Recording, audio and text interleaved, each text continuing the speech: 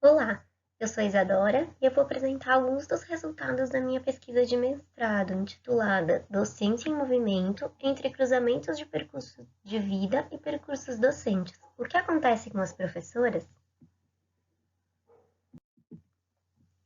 Eu inicio contextualizando para vocês um pouco das trajetórias que me levaram até o mestrado em educação e especificamente até esse objeto de pesquisa. Ainda na graduação em pedagogia, quando eu fui fazer o meu estágio nos anos iniciais, eu percebi professores bastante desmotivados e tendo práticas consideradas bancárias, né, tradicionais, que não levavam em conta aquilo que a gente aprende na graduação.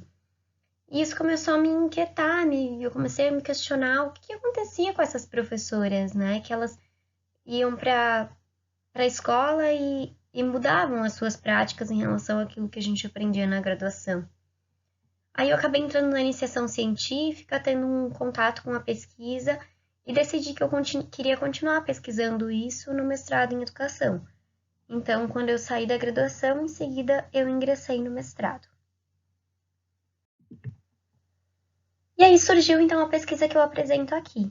O meu problema de pesquisa, então, em que medida o grau de satisfação das professoras em relação aos seus próprios percursos docentes e de vida influencia os seus modos de atuação e intervenção pedagógica?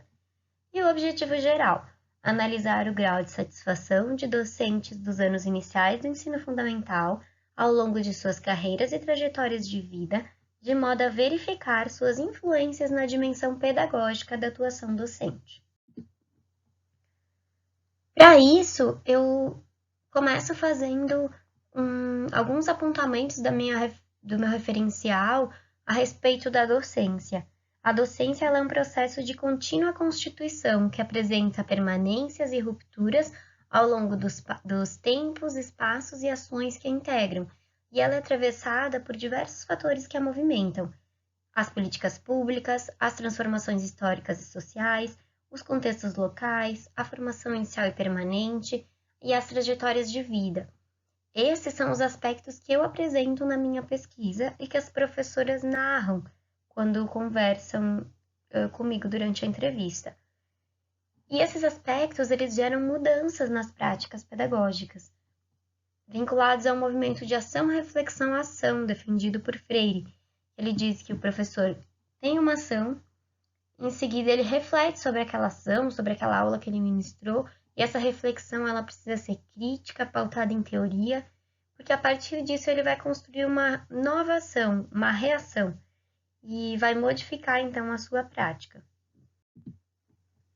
Os saberes docentes também tiveram bastante presentes na minha dissertação, porque o meu principal referencial é Freire e a obra Pedagogia da Autonomia, em que ele apresenta 27 saberes que ele tem como essenciais para a prática educativa. Eu elenquei 8 desses para o meu estudo.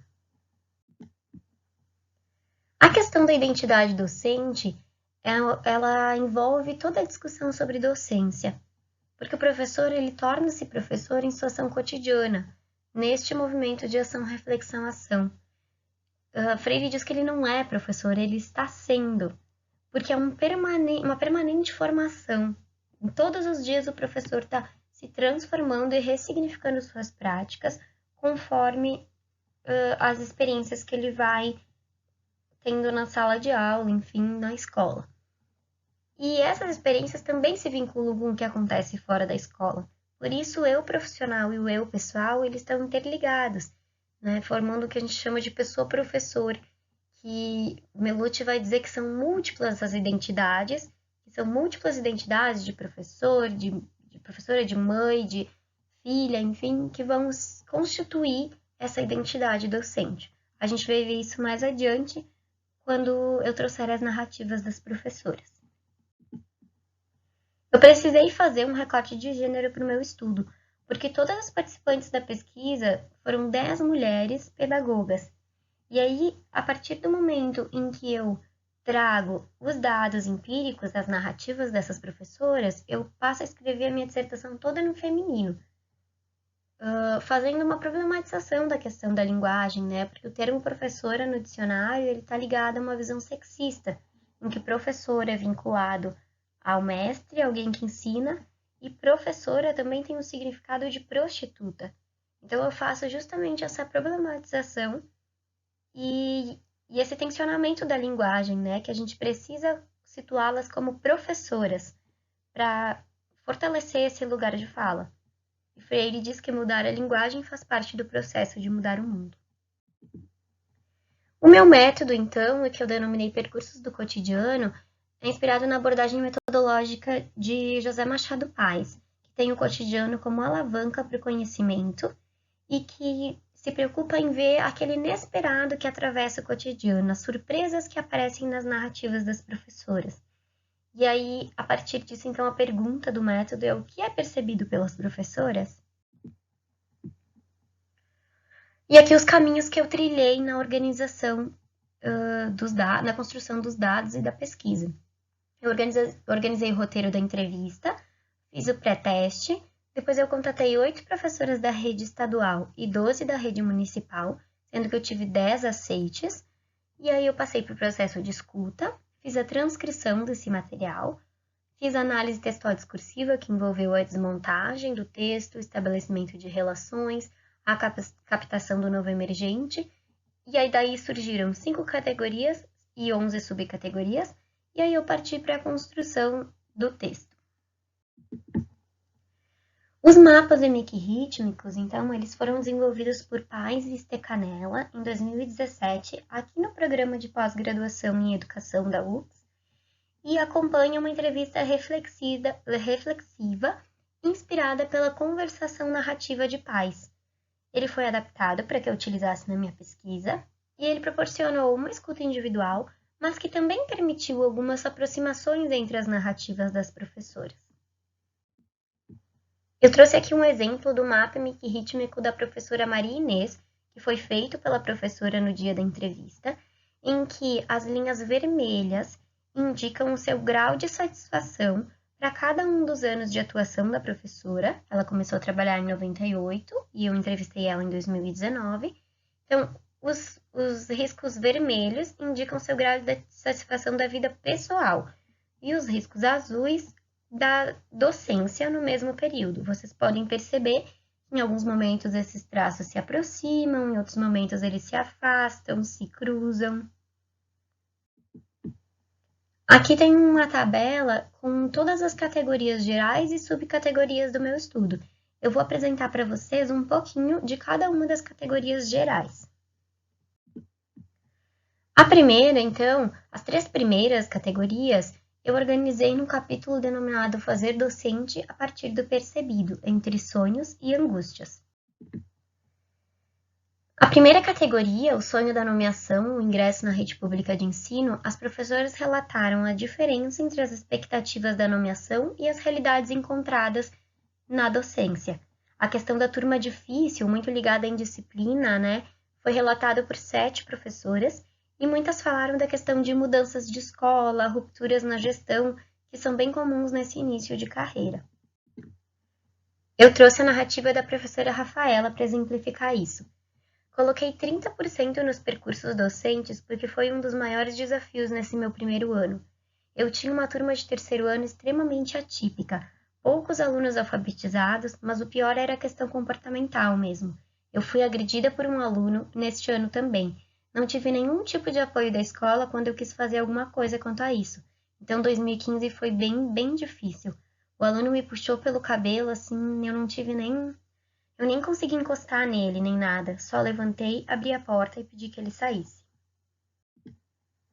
A questão do diálogo e da tomada de decisão foram saberes que foram bastante narrados por essas professoras como uma forma de lidar com essa indisciplina. A disciplina sem o diálogo, ela leva ao autoritarismo e à formação de sujeitos de uma sociedade obedientes, passivos, sem senso crítico. Então, os reflexos desses acontecimentos na vida pessoal das professoras, que foram expressos em seus mapas, levaram-nas inclusive a problemas de saúde. E aí entra a próxima categoria, próxima categoria máquina de dar aula, do excesso de trabalho à síndrome do pânico. Carga excessiva de trabalho, problemas psicológicos e angústias noturnas foram relatados por a maior parte das professoras. A questão da coisificação docente foi bem presente. A fala da Rafaela diz assim que eu tinha a sensação que eu não vivia, que eu era uma máquina de dar aula. Que quando a gente vê que a humanidade da professora ela é ignorada por esse excesso de trabalho, e elas passam a fazer inclusive uso de medicação e ter afastamentos da profissão. A questão das políticas públicas também é bem presente. 5 docentes relataram fatos relacionados às políticas que movimentaram essa docência, seja de educação inclusiva, escola multisseriadas, alimentação escolar e também aspectos da política atual. E a diferença entre o concebido pelas políticas e aquilo que é vivido no cotidiano da sala de aula ficou bem presente na fala das professoras.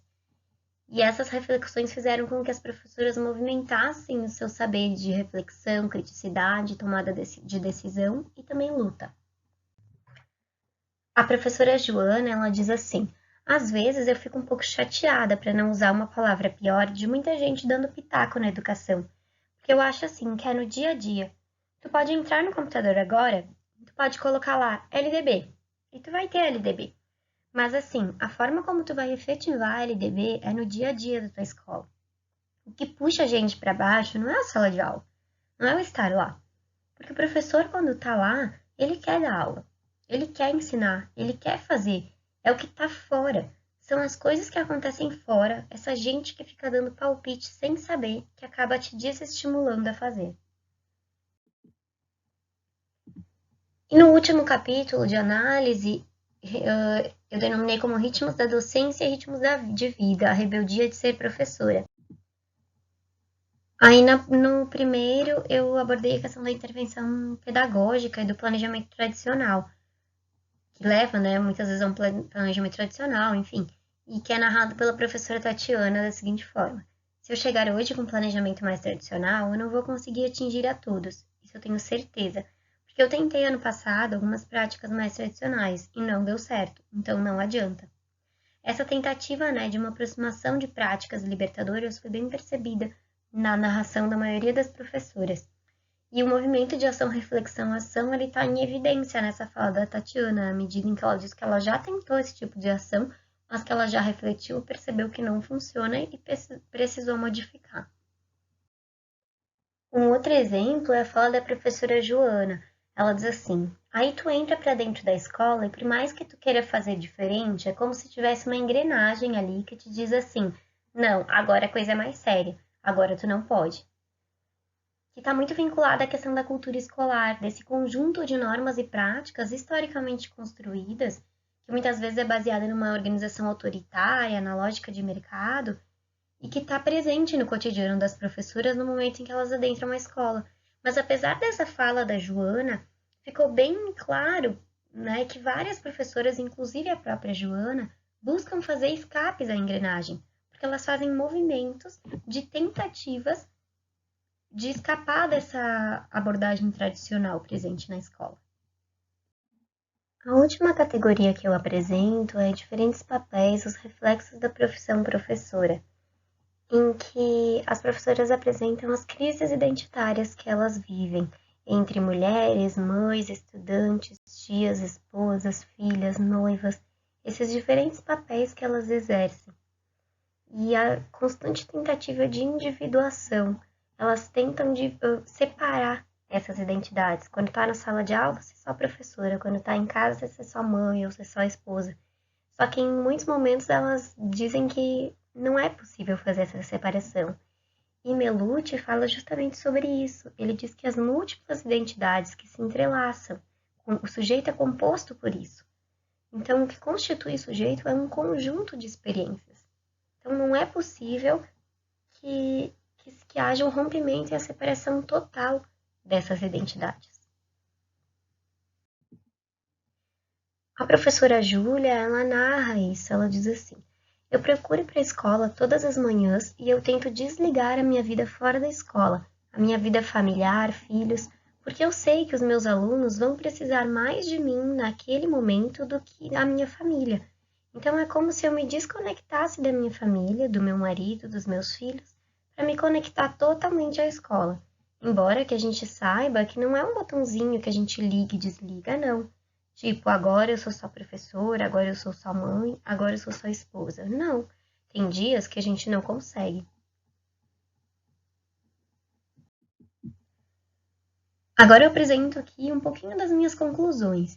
A docência em movimento, então, ela está presente nas trajetórias das professoras. Os desafios do cotidiano, né? A turma difícil, as mudanças de escola e de gestão, todos esses acontecimentos, eles afetam diretamente na vida pessoal das professoras. As políticas públicas também são responsáveis por suscitar reflexões e movimentar as práticas docentes. A formação inicial e permanente, os processos de ação, reflexão, ação vivenciados ao longo das carreiras foram responsáveis pela tentativa de ruptura com a educação bancária e pequenas aproximações com uma prática libertadora. Os saberes constituídos na formação inicial estão mais próximos das docentes consideradas iniciantes do que daquelas experientes.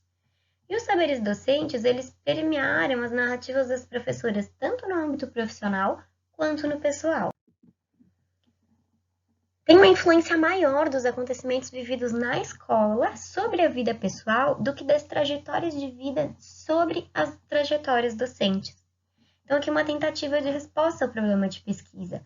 O grau de satisfação relativo aos percursos de vida e aos percursos docentes das professoras participantes da pesquisa exercem significativa influência sobre sua atuação pedagógica, mas não é determinante. Não é determinante na medida em que as professoras movimentam as suas práticas e fazem escapes a isso, conseguem, da sua forma, escapar dessas questões que as engessam e movimentar a sua docência, articulando então com as múltiplas identidades delas. E uma tentativa agora de responder à pergunta do título, né? O que acontece com as professoras? Então, são inúmeras transformações ao longo de suas carreiras e trajetórias de vida que as colocam em constante movimento. Aqui eu apresento as referências que eu utilizei nessa apresentação. E eu gostaria de finalizar com a fala da professora Joana. Ela diz assim: eu digo sempre que eu sou uma pessoa muito rebelde e que meu maior ato de rebeldia é estar em sala de aula. Muito obrigada.